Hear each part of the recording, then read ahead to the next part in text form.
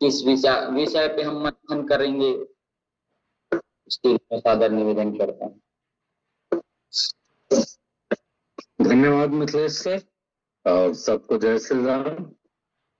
आज भारतीय संस्कृति की चर्चा रोज की तरह आपने की और आज एक महत्वपूर्ण त्योहारों में से एक तीज का त्योहार है जो हमारी भारतीय संस्कृति को बहुत अच्छे तरीके से माने पेश करती है।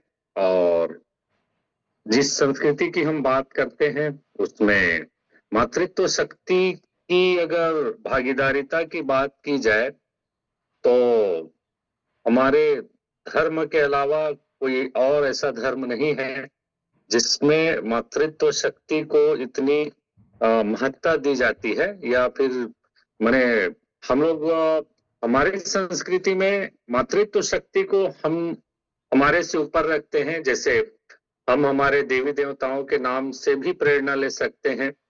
जब तक हमारे जितने भी अवतार हुए हैं वो जब बालक रहते हैं तो अपने माँ के नाम से जाने जाते हैं। जैसे कौशल्या नंदन भगवान राम को बोला जाता है, या देवकी नंदन या यशोदा नंदन भगवान कृष्ण को बोला जाता है। लेकिन विवाह के बाद फिर माने अपने पत्नियों के नाम को आगे रखा जाता है, जैसे सीताराम है या राधे कृष्ण है।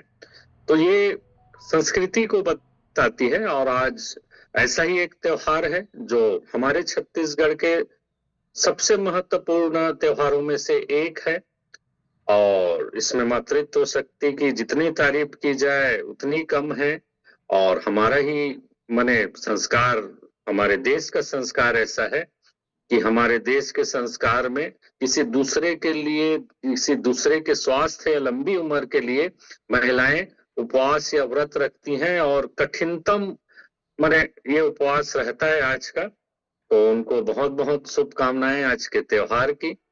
और ऐसी बात नहीं है कि हमारी घर की महिलाएं या हमारी जो पत्नियां हैं वो हमारे लिए व्रत रख रही हैं तो हमारी कोई जिम्मेदारी नहीं है स्वास्थ्य के प्रति, क्योंकि लंबी उम्र की के लिए उपवास आज रखा जा रहा है। तो हम लोगों को तो कुछ करने की जरूरत ही नहीं है क्योंकि हमारे लिए उपवास रखा जा रहा है। तो ऐसा बात नहीं है, सबको अपने हिस्से का पुरुषार्थ करना पड़ता है।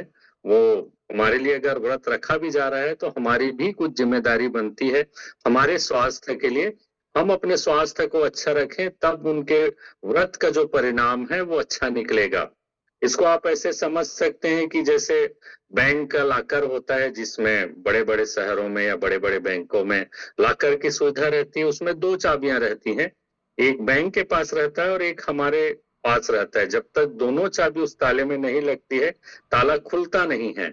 तो हमारे स्वास्थ्य को भी आप इसी तरह से मान सकते हैं कि हमारे घर की महिलाएं जो हमारे लिए व्रत रख रही है वो एक चाबी है, और हम अपना अगर ध्यान रख पाए तो दूसरी चाबी होगी, तब हम सफल होंगे अपने आप को स्वस्थ रखने के लिए।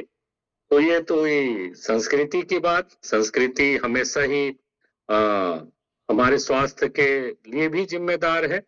जिस संस्कृति में हम रहते हैं, जिस पर्यावरण में रहते हैं, उसी तरह से हमारा खान पान भी होना चाहिए। किसी दूसरे की संस्कृति को हम अगर आंख मूंद कर अपनाते हैं तो तकलीफ हो सकती है, जिसके बारे में मिथिलेश सर रोज बताते हैं। और आयुर्वेद के बारे में बताते हैं, बीमारी से पहले कैसे स्वस्थ रहें ये भी हमारा ही शास्त्र या संस्कृति बताता है, जो दूसरे संस्कृति से हमारे संस्कृति को भिन्न करता है।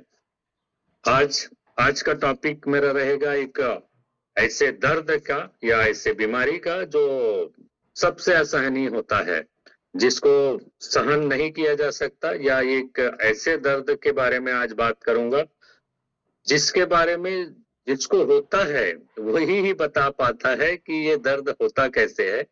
आज मैं बात करूंगा माइग्रेन के बारे में। माइग्रेन के बारे में बहुत लोगों ने मेरे को पूछा था, और माइग्रेन दुनिया में 15% लोग इससे प्रभावित हैं। माइग्रेन माने मान के चलिए कि सिर के आधा हिस्से में तेज दर्द होता है, उसको ही माइग्रेन कहते हैं। माइग्रेन इंग्लिश नाम है और हिंदी में इसको अथकपारी और कई नामों से जाना जाता है, क्योंकि हमारे सिर के अधिकांश मामलों में सिर के आधे हिस्से में ही दर्द होता है, इसलिए इसका नाम अधकपारी पड़ा है या माइग्रेन पड़ा है। ये एक साधारण सिर दर्द नहीं है, ये एक न्यूरोलॉजिकल प्रॉब्लम है जिसमें सिर के आधे हिस्से में तेज थ्रोबिंग टाइप का दर्द होता है। थ्रोबिंग टाइप का माने टप टप टप वाला माने बहुत तेज दर्द होता है। तो आज के इस क्लास में मैं बात करूंगा इसके लक्षण के, इसके कारण के, इसके मान के चलिए इलाज के और इसके डायग्नोसिस के, और आखिरी में अगर समय मिलेगा तो घरेलू उपचार के बारे में भी मैं चर्चा करूंगा, क्योंकि ये माइग्रेन ऐसा बीमारी है या ऐसा कंडीशन है जिसमें अगर किसी को होता है तो उसके सारे काम प्रभावित हो जाते हैं, उनको कोई भी काम करने का मन नहीं होता है। तो मान के चलिए माइग्रेन होता क्या है और ये दूसरे जैसे सिर दर्द है और माइग्रेन है उसमें अंतर कैसे करें, इसके बारे में पहले मैं चर्चा करता हूं। तो माइग्रेन जैसे कि मैंने बताया कि एक प्रकार का सिर दर्द है जो आधे हिस्से में होता है और ये एक न्यूरोलॉजिकल कंडीशन है, माने हमारे ब्रेन से संबंधित कंडीशन है जिसमें हमारे ब्रेन के जो नस है या हमारे दिमाग के जो नस है वो या तो फूल जाती हैं या सिकुड़ जाती हैं, और दोनों ही कंडीशन में हमारे सिर में तेज धड़कता हुआ दर्द होता है, इसी को माइग्रेन कहते हैं। इसमें लोगों को अलग अलग सिम्टम आ सकते हैं। जैसे सिम्टम की बात करें तो जो सबसे कॉमन सिस्टम है वो सिर के आधे हिस्से में दर्द होना है। इसमें तेज दर्द होता है, असहनीय दर्द होता है। इसको आप साधारण सिर दर्द से कैसे अलग करें इसके बारे में मैं आगे बताऊंगा, तब भी इसकी मैं चर्चा करूंगा। लेकिन अभी मैं बता देता हूं कि माइग्रेन के सिम्टम क्या होते हैं, लक्षण क्या होते हैं, कैसे आप जाने कि आप माइग्रेन से पीड़ित हैं। तो सबसे पहले जानिए कि अगर सिर के आधे हिस्से में अगर लगातार दर्द हो रहा है और ये दर्द मान के चलिए सिम्टम की बात करूं तो ये 4 घंटे से लेके 72 घंटे तक रह सकता है। माने आप 4 घंटे से लेके 3 दिन तक अगर लगातार सिर के आधे हिस्से में, और सिर के आधे हिस्से में माने मान के चलिए कि कोई भी हिस्सा, चाहे किसी को दायां हो सकता है, किसी को बायां हो सकता है, और इसके कारण उल्टा है। मान के चलिए कि अगर आपके दाएं हिस्से में अगर प्रॉब्लम है तो आपका बायां सिर दुखेगा, और अगर बाएं हिस्से में प्रॉब्लम है तो दायां सिर दुखेगा। ये यहाँ पे थोड़ा सा समझने वाली बात हो जाती है। तो ये पहला सिम्टम है कि आधा हिस्सा दर्द करता है, और ये जो दर्द की जो उसकी माने तीव्रता है वो बहुत ज्यादा होती है, टप टप वाला या धड़कता हुआ दर्द इसको बोल सकते हैं। अगर ऐसा है तो मान के चलिए कि आप माइग्रेन से पीड़ित हैं। एक और लक्षण हो सकता है कि ये जो सिर दर्द है वो आपके आंख से लेके मेरे पीछे गर्दन तक, यहाँ तक अगर आपको लगातार सिर दर्द हो रहा है तो ये साधारण सिर दर्द नहीं है, ये माइग्रेन है। एक और लक्षण आता है कि ऑरा, जिसको हिंदी में इंग्लिश में ऑरा बोलते हैं और हिंदी में इसका शाब्दिक अर्थ आभा होता है। और आभा मतलब मान के चलिए कोई भी चित्र। अगर सिर दर्द से पहले अगर आपके आंखों के सामने कोई भी चित्र दिखाई दे रहा है, या कोई आड़ा तिरछा कोई आकृति दिखाई दे रही है, या कोई डबल डबल कोई दिख रहा है, या आंखों में कोई अजीब प्रकार की आकृति नजर आ रही है, या धुंधलापन आ रहा है, तो भी ये माइग्रेन का लक्षण हो सकता है। ये कॉमन लक्षण है जो अधिकांश लोगों में आता है, लेकिन एक अनकॉमन लक्षण भी हो सकता है जो बहुत कम लोगों को आता है। जैसे सिर के पूरे हिस्से में दर्द होना भी माइग्रेन हो सकता है। अभी तक मैं बता रहा था कि आधे हिस्से का दर्द माइग्रेन होता है, लेकिन अगर किसी को सिर के पूरे हिस्से में अगर दर्द हो रहा है तो भी वो माइग्रेन हो सकता है।